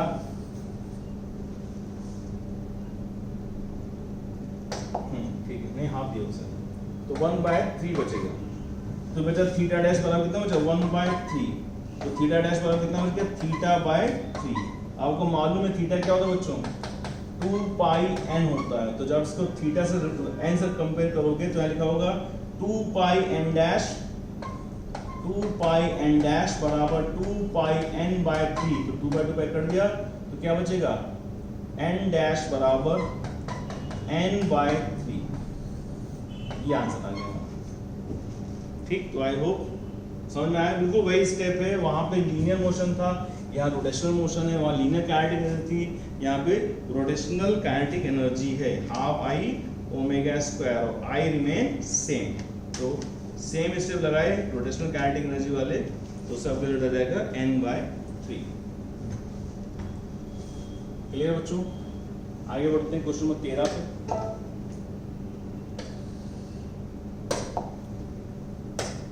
A wire of length L is bent in the form of a quarter circle. The moment of inertia of this wire about an axis passing through the center of the quarter circle and perpendicular to the plane of the quarter circle is a. तो इसमें क्या बच्चे लोग, कई बच्चे इस पे कूद पड़ेगा अचानक से, क्योंकि ये रिंग नहीं है, ध्यान से सुन लो, ये रिंग का 1/4 है। तो आपको ने बताया, क्लास में पढ़ाया है कि अगर रिंग का 1/4 हो या रिंग का हाफ हो और एक्सिस यहाँ से पास हो, इसका फॉर्मूला सेम रहता है बच्चों। जैसे आधी रिंग है तो भी फॉर्मूला मोमेंट mr² रहेगा, 1/4 है तो भी फॉर्मूला mr² रहेगा। लेकिन हमें यहाँ पे रेडियस नहीं दिया हुआ है, तो मोमेंट लिखा हमने mr²। अब क्या दिया गया है? दिया हुआ है कि पूरे सर्किल का ये 1/4 पार्ट है जो तार कन्वर्ट कर दिया गया, इसकी लंबाई L थी, ये रेडियस R है। तो ये क्या है? ये पूरे सरकमफेरेंस का 1/4 पार्ट है जो लंबाई में कन्वर्ट हो गया है। ये जो लंबाई है ये पूरे सरकमफेरेंस का 1/4 पार्ट है, क्योंकि उसने बोला converted into a quarter form circle, quarter circle. तो क्या बोलेंगे? 2 2 4, तो लेंथ हो जाएगी बच्चों हमारे पास पाई r/2। तो व्हाट इज r? r हो जाएगा हमारे पास 2l/पाई। अब फॉर्मूला तो बहुत सिंपल है, mr², r नहीं दिया था तो r हमने यहाँ से निकाल लिया। तो क्या करेंगे? m × r²। क्या बच्चों? 4l² फिर ध्यान दो, क्वेश्चन क्या बोला? अप्रोक्सीमेटली बता दो बच्चों। अप्रोक्सीमेटली मतलब समझो पाई² जो 9.8 का होल स्क्वायर है ना, उसको आप लगभग क्या कह सकते हैं? पाई² को आप नियरली ले सकते हैं, सॉरी 3.14 का जो स्क्वायर है, 3.1 स्क्वायर को लगभग 9.8 या लगभग आप 10 ले सकते हैं। ठीक, पाई का स्क्वायर आप लोग यूज करने के हिसाब से 10 या 9.8 यूज कर सकते हैं। तो आप 10 यूज करेंगे तो यहाँ क्या लिखा हुआ है? रिजल्ट हमारा क्या लिखा हुआ है? ये लिखा हुआ है 4ml²/10, क्योंकि पाई² को हमने 10 मान लिया। तो क्या आ गया आंसर? 0.4 ml²। कौन सा ऑप्शन है? चौथा ऑप्शन। तो क्वेश्चन बहुत सिंपल था, mr², लेकिन r की जगह उसने लेंथ बोल दी, और लेंथ किसकी? 1/4 की। तो सरकमफेरेंस का 1/4 हिस्सा लंबाई, यहाँ से रेडियस मिल जाएगा, रेडियस को रिप्लेस कर देंगे, रिप्लेस करने के बाद पाई² को 10 मानेंगे, 4/10 को 0.4 बोलते हैं, 0.4 ml² ये आपका आंसर आता है। ठीक, क्वेश्चन नंबर 14 पे चलते हैं। A body of moment of inertia 3 kg/m² rotating with an angular speed of 2 radians/s has same kinetic energy as of 12 kg। क्या बहुत ही आसान क्वेश्चन। यानी इसकी 3 kg मोमेंट, यानी कि half I omega square half mv² के बराबर है। तो भाई स्पीड बता दो। तो भाई हाफ को पहले करो साफ। आई कितना दिया गया है? आई दिया गया 3, ओमेगा कितना दिया गया? 2 का स्क्वायर हो गया 4, बराबर मास कितना है? 12, और स्पीड बतानी है। तो भाई 4 3 12, 4 3 12, 12 कट गए तो 12 कट गया, यानी क्या हो जाए 1। तो v कितना होगा बच्चों? 1 मीटर/सेकंड की स्पीड आ गई। इतना सिंपल क्वेश्चन था। और फिर ये बात हम कह रहे हैं, लोग नहीं बातें अपने आप को। अब यार ये अगर तुम्हारा क्वेश्चन गलत हो गया होगा तो बड़ा सोचना पड़ेगा यार। भाई कैलकुलेशन में ध्यान दो इस सब पे, है ना। कभी कंफ्यूज हो गए तो अलग बात है, लेकिन it was very straight forward question. ऐसे कोई भी क्वेश्चन आके धमक जाते हैं कभी कभी। ठीक है, आपने पहले से उनको बड़ा सा मान लिया कि अबे बाबा ये पढ़ लो क्या पूछ रहा है, इतनी सिंपल बात कह रहा है। ठीक, चलते हैं आगे क्वेश्चन नंबर 15 पे। Moment of inertia of uniform circular disc about the diameter is I। ठीक है, तो अब ये सब चीजें क्या आपको याद होनी चाहिए। डिस्क का moment of inertia about the diameter आपको याद है? नहीं याद है तो क्या आपको समझना पड़ेगा। mr²/4 होता है। अबाउट द डायमीटर का मोमेंट लिखते तो mr²/4 होता है, क्योंकि ये जो मोमेंट ऑफ इनर्शिया था डिस्क का mr²/2 था। फिर हमने परपेंडिकुलर थ्योरम लगाया तो I + I बराबर mr², 2I बराबर mr²/2, तो ID बराबर कितना? mr²/4 बन जाता है। डायमीटर के अबाउट ये होता है। ठीक, उसको इसने दिया हुआ है I, ये दिया हुआ है I, करेक्ट। नाउ अगली लाइन क्या की जा रही, its moment of inertia about an axis perpendicular to its plane and passing through the point on its rim किनारे, ठीक है, यानी यहां से पास करे और प्लेन के परपेंडिकुलर, या तो डिस्क में रिम में यहां से भी हो सकता है और यहां से हो सकता है, यहां है तो ये रिम प्लेन के परपेंडिकुलर है, और in the plane of the disc बोले तो ऐसा है, ठीक है, ये इन द प्लेन हो गया और ये प्लेन के परपेंडिकुलर हो गया, दोनों में कहानी बदल जाएगी, ये प्लेन के पैरेलल है, इसका आई अलग है, इसका अलग है, तो भाई इसको देखते हैं, इसको बताते हैं, याद करा देंगे। तो ये देखो रिंग मतलब परिधि किनारा, इसके किनारे से पास हो रही है प्लेन के परपेंडिकुलर, इसकी वैल्यू क्या होती थी बच्चों, इसकी वैल्यू होती थी mr² / 2 प्लस mr², तो 3/2 mr²। अब वही पूछा कि क्या होगी, तो बताओ, यहां से mr² निकाल लो, ये रहा mr² क्या है 4i, अब वो जाना चाहता i के टर्म्स में, तो क्या करोगे i डैश बराबर 3/2 mr² यहां से मिल गया कितना 4i, 2 2 4 कितना हो गया 6i, ठीक, तो इसका आंसर हो गया आपका ये वाला, ठीक।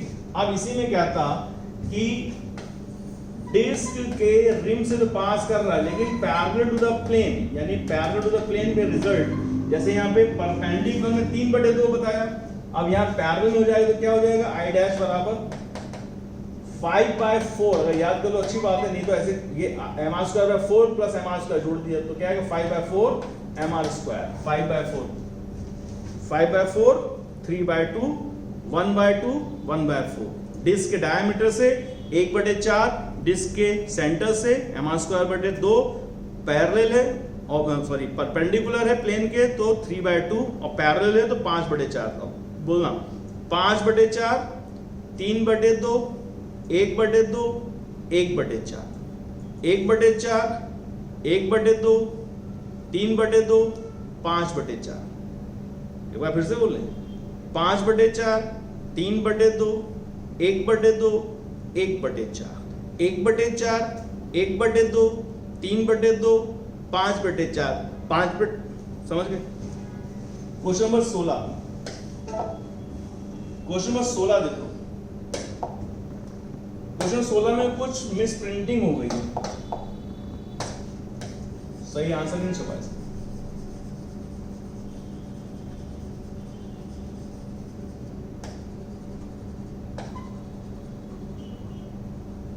ठीक, पेपर में सही छपा है, इसमें स्लाइड बनाने में कुछ गड़बड़ कर दी, तो सही आंसर क्या है α² बीटा, ए ऑप्शन ये है, बाकी सब में डबल 2 था तो सही कर। क्वेश्चन नंबर 16 α², हाँ ठीक, ये इसका ए ऑप्शन। क्वेश्चन क्या कह रहा है बच्चों, देखो ध्यान से, a rigid body rotates about a fixed axis with variable angular velocity, ये angular velocity दी गई है, where alpha and beta are constants, the angle through which it rotates before it comes to rest, यानी कि कितना angle cover करेगी जो rest पे आ जाएगी, कितना एंगल कवर करेगी जो रेस्ट पे आएगी, थीटा बताना हमें, और ओमेगा दिया हुआ है, तो ओमेगा बराबर दिया हुआ है अल्फा माइनस बीटा टी। तो बच्चों एक बात बताओ, रेस्ट पे आ जाएगी तो ओमेगा क्या हो जाएगा 0, और अगर 0 आ गया तो 0 आने का टाइम निकाल सकते हैं, हाँ निकाल सकते हैं, इसको 0 कर दो, तो क्या लिखा हुआ है अल्फा बराबर क्या बीटा टी, तो व्हाट इज टी, टी आ गया हमारा अल्फा बाय बीटा, यानी इतने टाइम के बाद ये डिस्क रुक जाएगी, it will come to at rest. तो अब हमें बताना है इतने टाइम पर उसने थीटा कितना कवर कर लिया, तो ओमेगा का बच्चों जनरल फॉर्मूला क्या था d theta by dt, omega के फॉर्मूले थे चारों गिना सकते हो, first d theta by dt,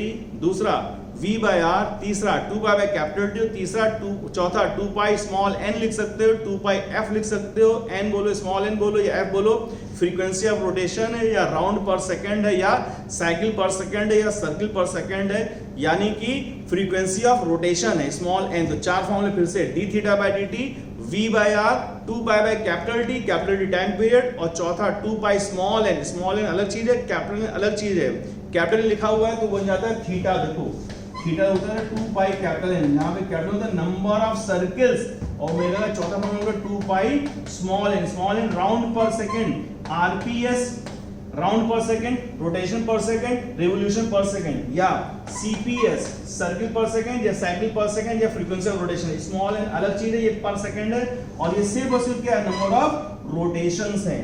ठीक, तो ध्यान रखना कैपिटल स्मॉल के मीनिंग अलग अलग होते हैं। ओके, अब D theta by D T कितना लिखा है, ओमेगा। तो व्हाट इज डी थीटा, तो डी थीटा लिखा है बच्चों ओमेगा इंटू डी टी। ठीक, अब आगे इंटीग्रेशन की बारी। ठीक, तो ओमेगा क्या लिखोगे यहाँ पे, alpha minus beta T into D T. Correct, integrate करो करो करो करो, तो थीटा हो जाएगा, डी थीटा थीटा हो जाएगा, ये आएगा। और टाइम क्या लगाओगे, लिमिट। बेटा थोड़ी जगह चाहिए हमको, हटा दे इसको, टी तो निकाली नहीं हमने, हमें वो थीटा बताना है जब ये रेस्ट पे आया, तो इतने टाइम के बाद निकालना है। तो 0 से लेके इस टाइम तक, यानी लिमिट लगाएंगे टी। अब इंटीग्रेट करो, उसके बाद टी को रिप्लेस कर देंगे, तो डी थीटा हो जाएगा थीटा, अल्फा का हो जाएगा alpha T minus beta T square by 2। Limit क्या लगाई तुमने, 0 से वो टाइम यानी अल्फा बाय बीटा तक। ठीक, फर्स्ट पे integration alpha D T, integration alpha T D T, sorry beta T D T, beta T square by 2, ये तो इंटीग्रेशन। अब लिमिट क्या लगाई तुमने, 0 से वो टाइम जिस टाइम पे वो रुक गया है, वो रुका कब है, अल्फा बाय बीटा पे। तो यहां पे लगा दिया अल्फा बाय बीटा। अब क्या करोगे, upper limit minus lower limit, तो लोअर तो 0 है तो इसको लिखने की जरूरत नहीं, यहां वो लिखोगे अल्फा बाय बीटा, यानी को स्क्वायर करके। ठीक, सॉल्व कर लेते हैं। सॉल्व किया, क्या आया, theta is equal to alpha into alpha by beta minus beta by 2 into alpha square by beta square. तो क्या लिखा है, alpha square by beta minus एक बीटा कट गया, अल्फा स्क्वायर बाय 2 बीटा, एक में से आधा कट गया, alpha square by beta minus half alpha square beta. क्या लिखा, 1 माइनस हाफ बचेगा हाफ, तो हाफ का लिखा, ये लिखा हुआ है, ए ऑप्शन लिखा हुआ है 1/2 alpha square by beta, 1/2 alpha square by beta. ठीक, इंटीग्रेशन करना था बच्चों, और वो टाइम लिमिट निकालनी चाहिए, वो 0 होता है, तो ओमेगा को 0 किया, ओमेगा को 0 किया, टाइम मिला, तब हो गया। बहुत दोबारा करके देख लेना। ठीक, क्वेश्चन नंबर, अरे आ गया था यार, चलो जो भी, question number 17, what should be the minimum coefficient of static friction between the plane and solid cylinder for the cylinder not to slip on an inclined plane। तो देखो बच्चों, ये भी एक लंबा तरीका आ जाता है, लोग बताने वाले बताते रहते हैं, सुनते रहते हैं, हम लोग क्या करते हैं, उसे उड़ा देते हैं फट से। देखो नीचे आ रहा है, नीचे आ रहा है, तो कौन सी इक्वेशन बनती थी, बड़ा m जी साइन थीटा माइनस छोटा बराबर m इंटू ए। करेक्ट, अब फिर वही बात है, यहाँ r से मल्टीप्लाई करते हैं, फिर टॉर्क बनाते हैं, अल्फा निकालते हैं, सब करते करते करते रहते हैं। हम क्या करते हैं, हम a लिखते हैं, a का फॉर्मूला लिखते हैं जी साइन थीटा बाय बीटा, और बीटा का आपको क्या बताया था, 1 प्लस नंबर, है ना।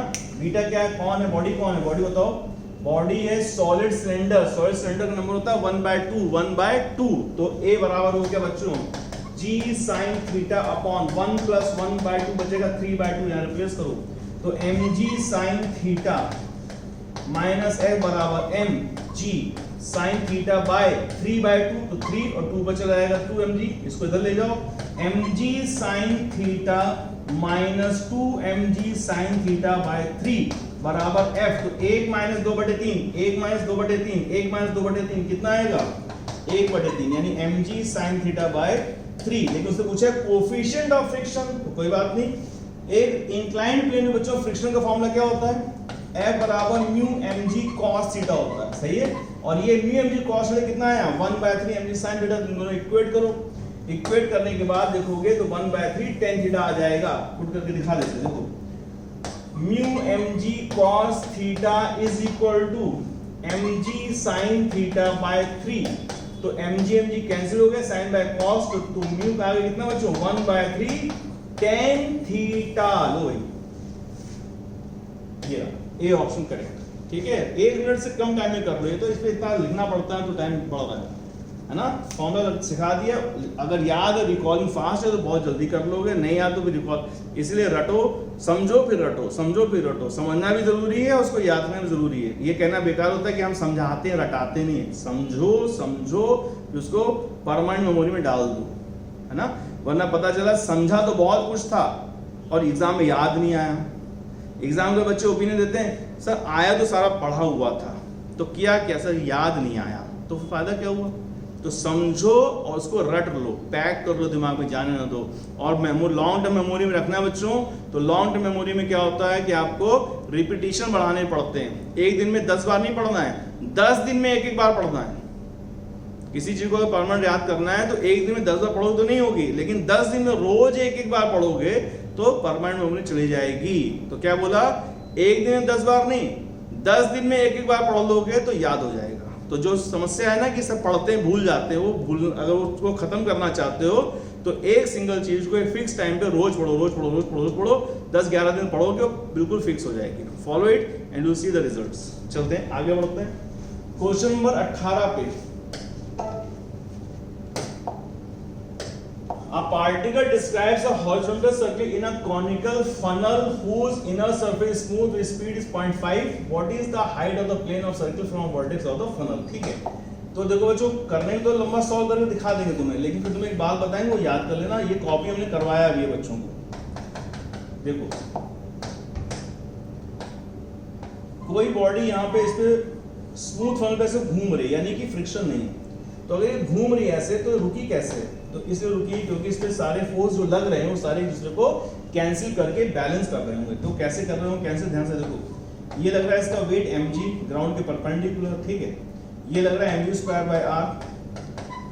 अब अगर इसको थीटा इमेजिन कर लो, थोड़ा बड़ा डायग्राम बना,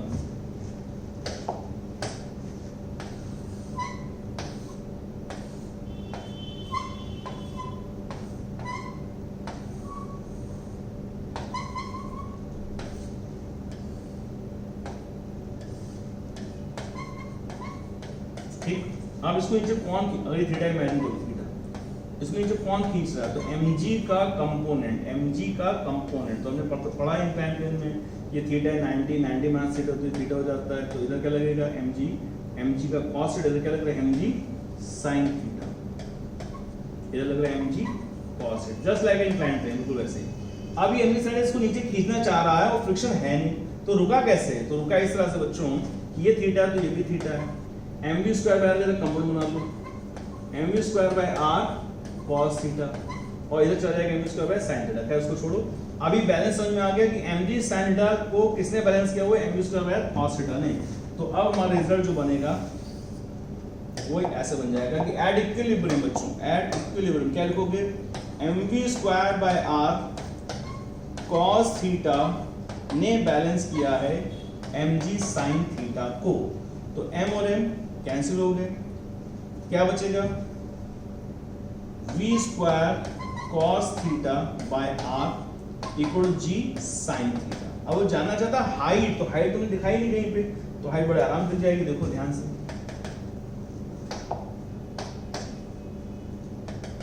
ये हो गया रेडियस r, ये हाइट h, यानी ये हाइट h। अब यहां से देखो tan थीटा, tan थीटा क्या है? परपेंडिकुलर अपॉन बेस, यानी ये r हो गया। तो tan थीटा क्या है बच्चों? h/r। tan थीटा क्या है? h/r। यहाँ tan थीटा कहाँ है? cos को देखो, tan थीटा देखो तुम्हारे सामने आ गया, प्रकट हो जाएगा। v² बराबर g sin by cos tan theta, और tan थीटा क्या बताया अभी हमने? h/r। तो बच्चों देखो v²/r बराबर g into h/r, r और r कैंसिल हो गए, तो v कितना आ गया बच्चों? √gh, ठीक है। अब अगर आपको याद हो, जो बच्चे क्लास नोट्स लेके बैठे हैं, जिनके पास नोट्स हैं वो देखेंगे, ये हमने आपको क्लास में करवाया क्वेश्चन, उसमें हमने इसको बोला है ऑप्टिमम वेलोसिटी। आई होप कि आपको याद होगा, this is optimum velocity called as optimum. 3 velocity बताई थी इंक्लाइन प्लेन पे, यानी कि बैंक ट्रैक पे एक ऑप्टिमम वेलोसिटी, एक मैक्सिमम वेलोसिटी और एक मिनिमम वेलोसिटी, ठीक है। तो this one is the optimum velocity, बिना फ्रिक्शन के बॉडी जब जा रही है तो दिस इज ऑप्टिमम वेलोसिटी। तो ये हमने दिखा दिया आपको। अब ये आपको याद हो गया, रट लिया, तो अब एग्जाम में इसको डायरेक्ट यूज कर सकते थे कि ऐसी सिचुएशन के लिए हम लिखेंगे ऑप्टिमम वेलोसिटी अंडर gh। अब v हमें दी गई कितनी? v दी गई 0.5, 0.5 मतलब 1/2, उसका हो गया स्क्वायर। क्यों? क्योंकि रूट हटा दिया, समझ पाए? स्क्वायर रूट हटाया तो स्क्वायर हो गया gh। तो 1/4 जो g होगी 10, और हाइट हमें बतानी थी।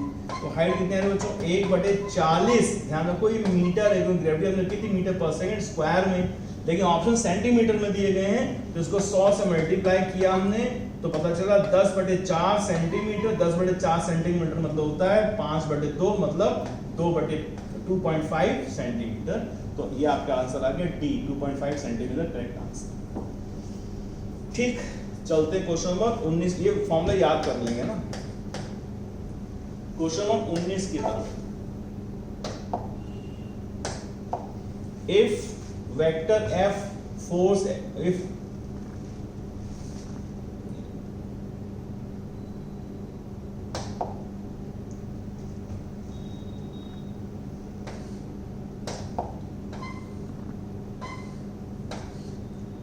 क्वेश्चन 19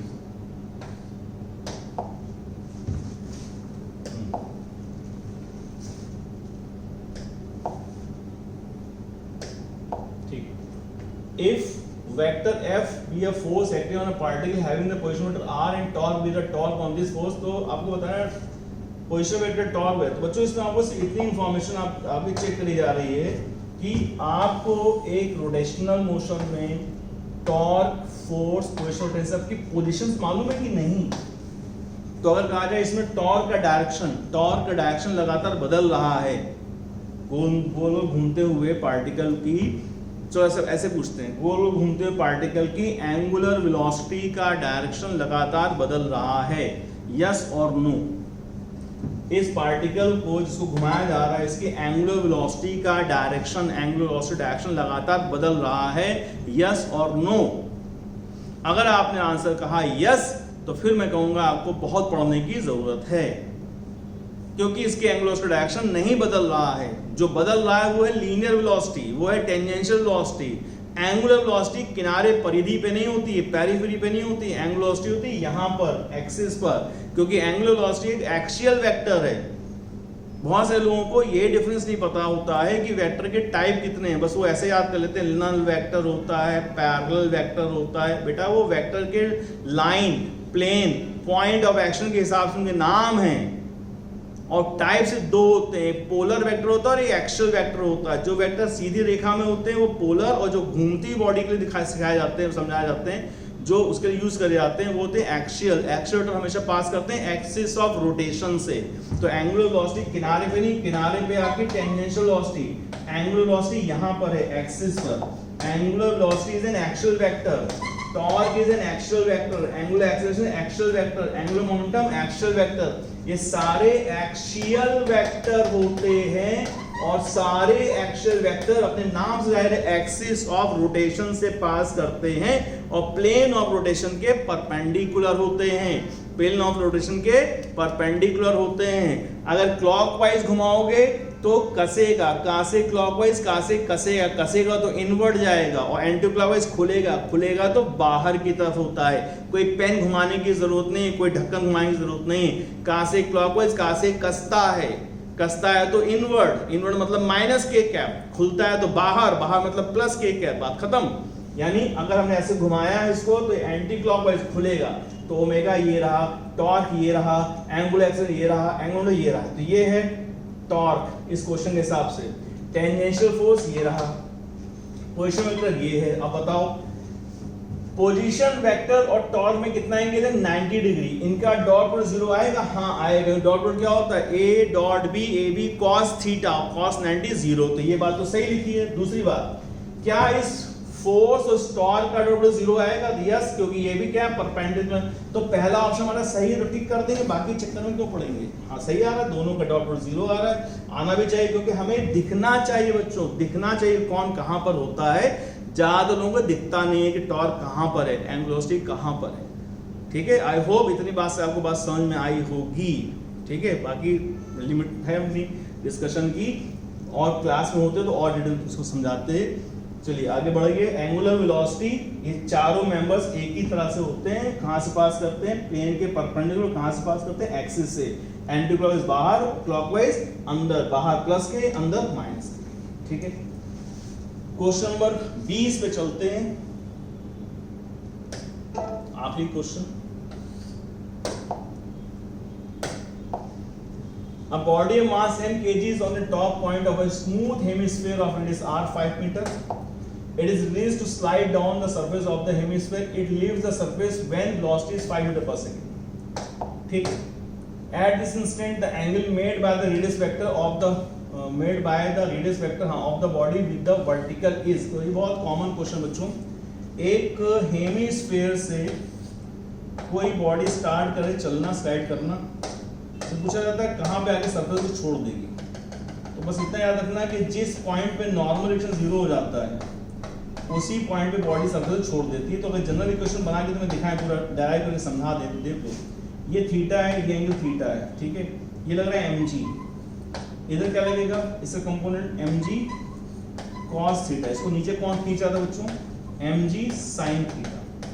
बाहर क्या लग रहा था, नॉर्मल रिएक्शन सरफेस से अवे लगता है, और सेंट्रीफ्यूगल फोर्स mv²/r. तो अभी अगर इक्विलिब्रियम होता, छोड़ा नहीं है, इक्विलिब्रियम होता तो कौन किसको बैलेंस करता, n + mv²/r इज इक्वल, इधर कौन लग रहा है, इधर कौन लग रहा है, mg cos थीटा. ठीक, करेक्ट. अब अगर सरफेस छोड़ दिया, सरफेस छोड़ने की कंडीशन नॉर्मल रिएक्शन क्या हो जाए, जीरो. तो अगर n जीरो करके आप देखो तो क्या आएगा, mv²/r is equal to what, mg cos theta. तो m और m कैंसिल हो गए. cos थीटा कितना आएगा, cos थीटा आएगा v²/gr. अब आपको इसका फॉर्मूला याद होता और डायरेक्ट यूज कर लेते, नहीं तो कोई बात नहीं, कर दिया हमने ऐसे. तो कितना आएगा बच्चों, cos थीटा बराबर v², v कितना है 5, 5 का स्क्वायर हो गया 25 बटे g, g कितना है 10, r कितना है, r है 5, तो ये भी कट गया, 5/10 बचा 1/2, यानी cos थीटा आगे बच्चों आपका 1/2, ये थीटा कितना हो गया, 60 degree is the correct answer. तो ये फॉर्मूला अगर आप याद कर सकते हैं, और इसमें कंडीशन अप्लाइड है कि इसकी इनिशियल वेलोसिटी क्या है बच्चों, जीरो. तो जीरो से स्टार्ट करके स्लाइड करके नीचे आएगा, तो हमेशा इसी एंगल पे सरफेस को छोड़ देता है. ठीक, सरफेस छोड़ने की कंडीशन. ठीक है, तो आई होप बच्चों आपको ये पूरा डिस्कशन समझ में आया होगा, मजा भी आया होगा, और अपनी थोड़ी बहुत कमियां पता चली होंगी. और अच्छी बात है कि आप पता चले तो उनको खाली ये नहीं कि पता चल गया हो गया, उसका उनको दूर करें, उससे पढ़ाई करें, इंप्रूव करें, क्योंकि एग्जाम आपका धीरे धीरे पास आता जा रहा है. क्वेश्चन जितना ज़्यादा करेंगे उतना ज़्यादा आपको बेनिफिट मिलेगा. ठीक है, see you in the next discussion. This is KD Singh signing off, saying bye bye to all the students, all the parents. बच्चों मेहनत करते रहें और ऐसे ही यूट्यूब पे मिलते रहें. और अगर आपको अच्छा लगा हो तो इस वीडियो को शेयर करें और लोगों तक पहुंचाएं. Okay, bye bye.